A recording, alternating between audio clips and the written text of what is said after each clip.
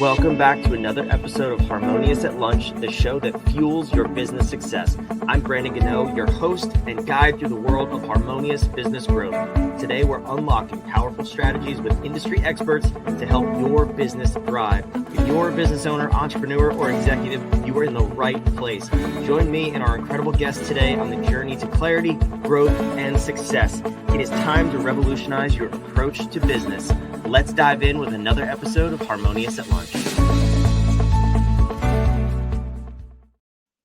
Welcome back into some more bite-sized business advice. And we have the episode today that everybody wants. It is the silver bullet. We're going to shortcut your whole life. We're going to show you how to do things in less time. No, I'm kidding. You know, we don't talk about that on this show, but we are going to talk about the importance of thinking about your future now and what that's going to look like long-term. Don't put off your future. I have a very special guest with me today, and we're going to unpack all of this in like 15 minutes. I know that's a lot, right? But welcome to the show, Chad Hufford. Thanks for being here. Brandon, it's my pleasure. Thank you so much for having me and give me an opportunity to talk to your audience about their future and hopefully getting them to a place where they can do a better job serving their future self and not stealing from that person. I absolutely love that because I think it's so important to really consider where we're headed and not just where we are right now. Everyone says live in the present, which is awesome. I agree with that, but you can't just ignore the future. Like it will happen. The future will be the present someday, and we have to plan for that. Now, Chad, this conversation seems on paper like it makes a lot of sense. You are a financial planner. You like to plan for the future, but I think how you go about doing that and everything you take into account is a little bit unique. So why are you talking about different things like planning for or taking your health into account, your business, your financial future? Tell me why you take the whole well-rounded person into account, not just the financial aspect of it. What we're trying to do, Brandon, is help people create a life of abundance. And truly wealthy people, when I say wealth, I'm talking about far beyond just money, but truly wealthy people who experience abundance have to have balance in their life. Because if you have just a ton of money, but you don't have your health, you don't have family, you don't have good relationships, you're not experiencing abundance. In fact, you're probably experiencing a lot of scarcity. You're probably experiencing a lot of anxiety, maybe some fear. And I believe that we can't just focus on money because money is a tool. And I believe money can be a tool to help build a more abundant life, but money by itself, wealth by itself won't do that. Yeah, I mean, I've personally seen, and I'm talking about like family members who have sacrificed everything and are now in their 60s, late 60s, and they're trying to buy back those things. And they're in a position where people don't even want to talk to them. Where they're trying to buy back relationships, and it's truly impossible. So this is why, personally, I find this conversation so valuable. I'm young enough in my life where I did start to sacrifice those things, as I shared with you before we started recording. But I'm more curious from your perspective. You probably run into a lot of people who are at that point in their lives. They're trying to buy back health, wealth, relationship. Well, not wealth, but relationships, time, and you just can't. So share with me, what are the feelings that you get in dealing with those people? Like, is it regret, remorse? What's the common theme from people who kind of put off some of those things? Well, there's a lot. There's a lot to unpack there. And I think one of the things that we've done in this culture that's been a disservice to folks is we have treated this idea of retirement like a finish line. Like you're sprinting through, you're running through life, and then when you cross this finish line, then all your wildest dreams come true. And the problem with this idea of financial independence or retirement as a finish line is two things. Number one, what do you do when you cross the finish line? You stop running. And there's a tendency for people to view retirement as like that's the end of the journey. And it's not. It's a whole new chapter. When somebody has financial independence and they have a strong why, they have meaningful purpose, something to pursue beyond their job, beyond their career, beyond maybe even their identity that was wrapped up in whatever profession they were in. If they have some meaningful pursuit beyond that, they still have a lot to chase. They still have a lot to go after that's vitally important for them. But if they viewed financial independence or building wealth as some sort of a finish line, they get to the end of that, and number one, they're looking at, well, is this all there is? And also they're looking back oftentimes wondering, why did I sacrifice so much to get here? Why did I sacrifice my family? Why did I give up so many long nights at the office? We had one guy share with us, retired from one of the oil companies. He said, I've got more money now than I ever thought possible, more money than I need, and nobody to share it with. And so I think you have regret in that sense, but you also have people that are aimless. They've made wealth the objective. They've made wealth the target rather than wealth as a tool to build freedom and abundance in their life, to chase what is most meaningful. But they've chased wealth itself rather than using that as a means to an end. They've treated it as the end in and of itself, and it's very empty. And it's not designed. The journey is not designed for us to sit there on a big pile of money and be happy. It doesn't work that way. It does in the movies, though. I don't get it. No, I'm just kidding. But I love this conversation, and I want to know from your perspective, from dealing with all these people, what is the mindset shift? How are we? Let's say you're talking to people in their 20s, 30s, 40s. I mean, we have a lot of time, right? Like to get to that supposed finish line that's really not there in our mid 60s. We have time to change the way we think about money, to change the way we use it as a tool, as business owners. And entrepreneurs, what is the shift in our mindset that we need to have now? What's the conversation we need to have with ourselves now, so that when we get to that point, we're just still on the journey? There is no finish line. What do you advise both your clients and really the listeners of this episode that we start doing now? One of the things that we ask people to consider is, what do you want your life to look like? When you walk away from your career, when you sell your business, what do you want your house to feel like when you walk in the door? What are you going to be doing? What is going to be different about your life then than it is now?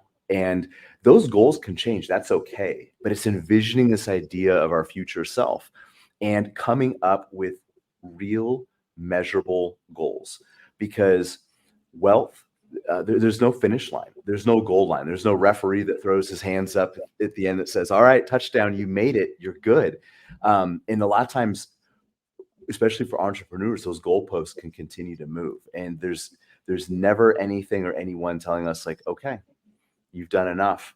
And the tendency is to keep driving, keep pushing, but sometimes chasing the wrong things because we aren't clear about what we're even trying to accomplish. We end up chasing other people's dreams, other people's goals, because we don't know what's vitally important for us. So I think taking a step back and saying, when I'm 65 years old or I'm 75 years old, what do I want to be doing? What is the type of person I want to become?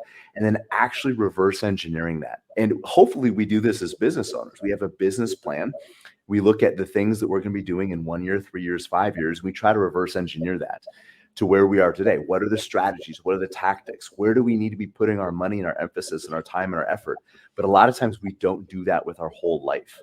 And the business itself can, again, become the goal, become the objective, rather than our business or our wealth or our investing to be a means to an end, a tool that we leverage to produce more freedom and abundance.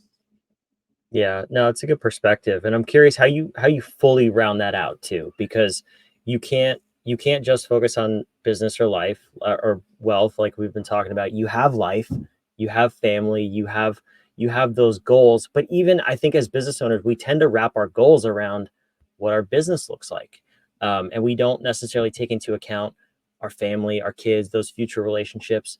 So tell me, for you specifically, I mean, you probably have client stories too, but how do you balance this out with your own personal life to know, like, it's those guardrails, right? Like, I'm not going too far in the direction of business. I'm also not going too far necessarily in the direction of family and sacrificing the business, because you do need both. So how do you set your life up for success in that regard?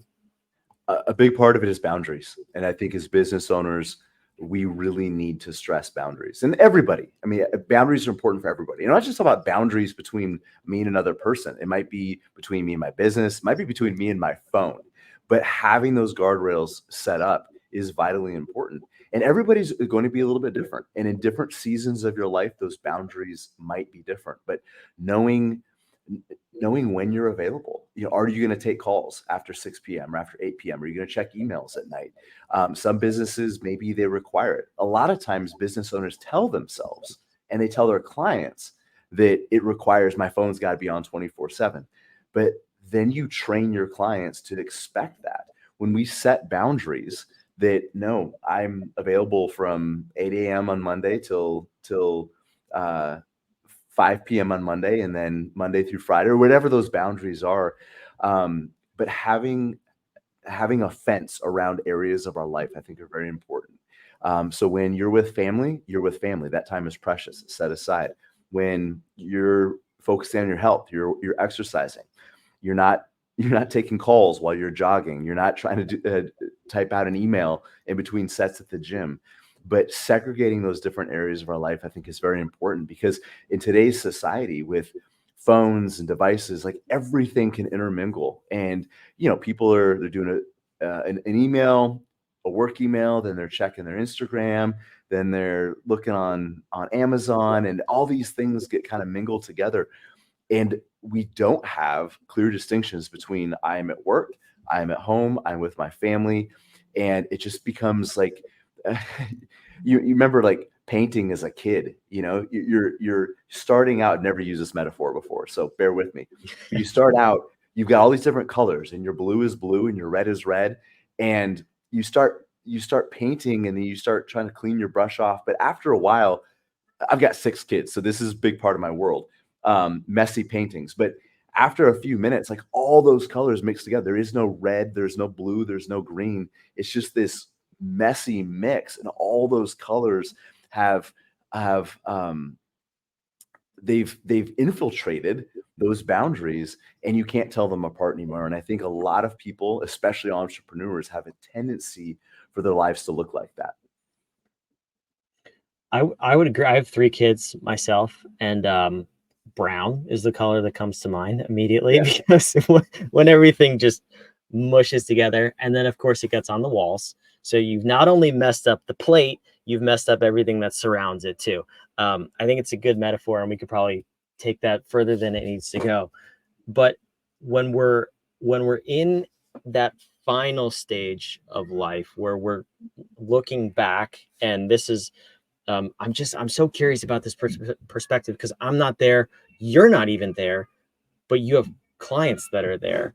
And when they do look back, what are those things in terms of growing their businesses that you've heard at least are the most important to them that we should probably be focusing more on now, but maybe even mainstream, whether it's media, social media, other relationships?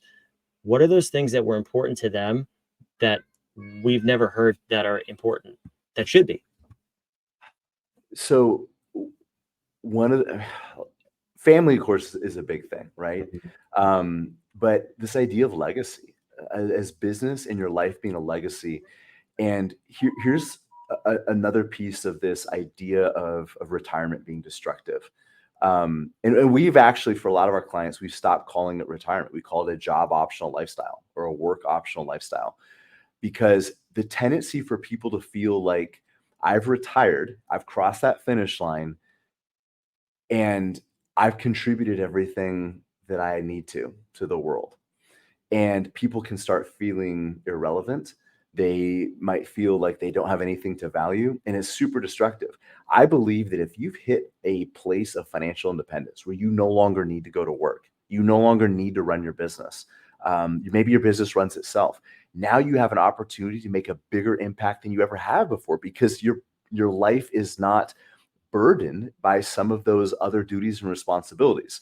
So when somebody reaches a point of financial independence, I believe their biggest years of impact are still to come. I think their most exciting, most powerful moments in life are still ahead of them, because they don't have to do the things that that the rest of us working an 8 to 5 job have to do. Now, that doesn't mean to say you don't have tremendous impact in your business and things like that, but just even imagine your business decisions. If you have a business that is, I mean, all the debts are paid off in the business, people are running it for you. You don't have to worry about making payroll. You've got maybe a year's worth of payroll in the bank. We keep over a year of payroll in the bank. Like, we can make no money this year. Everybody still gets paid. Like, you make better business decisions because you're not making decisions based off of what does this quarter need to look like? What is next Tuesday's payroll need to look like? It's where I want my business to be and my life to be in 5, 10, 15 years down the road. I'm already making decisions about what is this business going to look like when I'm no longer a part of it, building a team around me, building people around me to make me less necessary, not irrelevant, but not necessary in the day to day. So I can pass this on, and having, again, that legacy, living for legacy is something that a lot of people don't do. We're so easily caught up in the moment, and which is, you already said, is very important, Brandon. I don't remember who said the quote, but there's this quote that the two most important time periods in somebody's life is forever and right now. And I think the challenge is to being able to balance the two, to be able to plan for legacy, to be able to plan for the long term, but still be present in the moment. And that's the struggle. That's such a good perspective too. And I think I've never heard that phrase, the job optional. But I love replacing that in terms of retirement, because it's also, when you talk about all those things, in terms of running your business, it's stress optional too. I mean, you don't have to run your business day to day, or check to check, as some people would say it. You should be maybe sacrificing in the short term to get there as quickly as possible.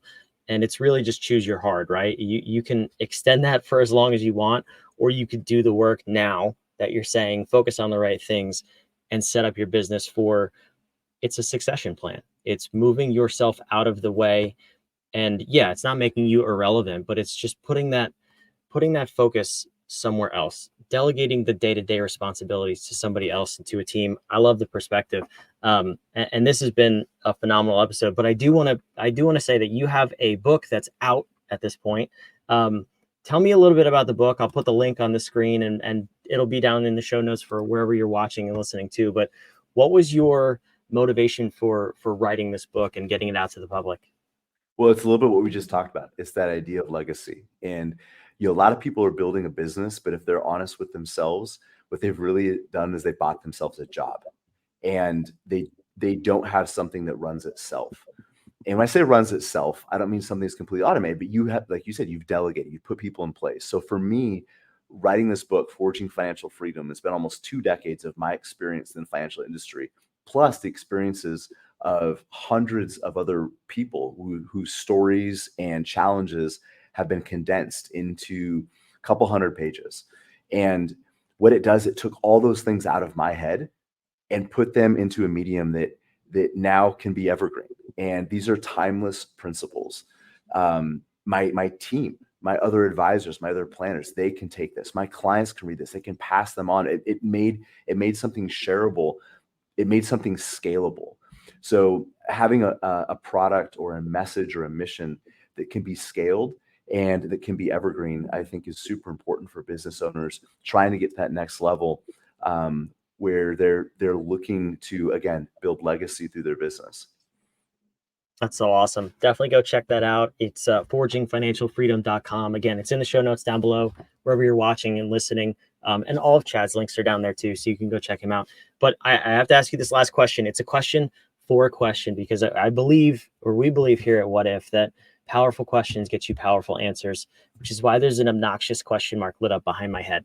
But I want to know, from listening to this episode, what is that one question that you would want the listener to think about for the rest of today, the rest of the week, until they get the answer? Really, what is that question that's going to help them think about their future and build their business and their legacy in the right direction?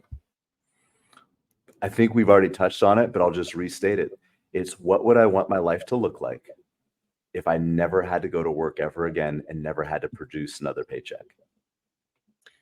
And that's why I wanted to ask the question, because it's so easy to listen to the whole 15-20 minute episode and just hear the information.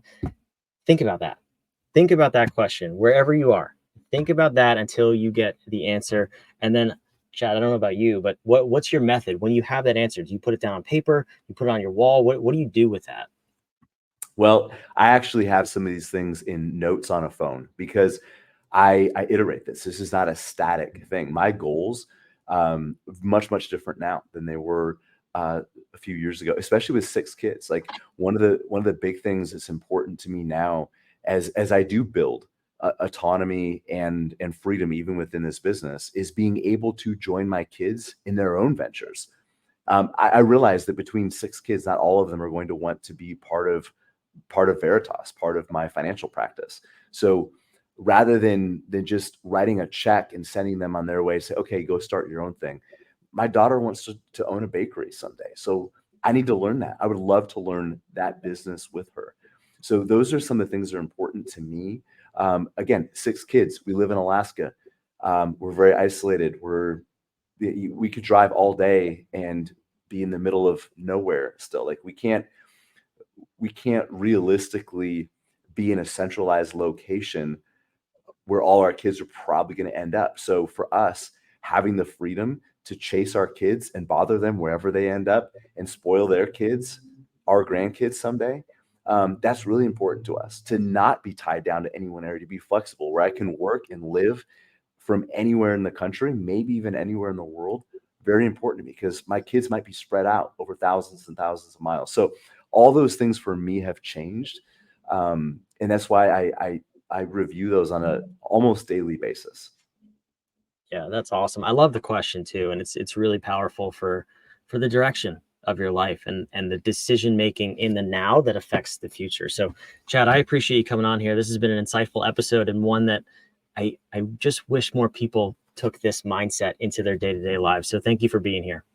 Hey, it's my pleasure. And we talk about the future. That's kind of that can be kind of a fuzzy thing for a lot of people, but you will meet the future version of you eventually. And I want folks to be proud of that meeting when they can look back at the future and look at their decisions today and say, okay, I was proud of the decisions I made. So yeah, hopefully it was encouraging everybody to go out and make their future selves proud.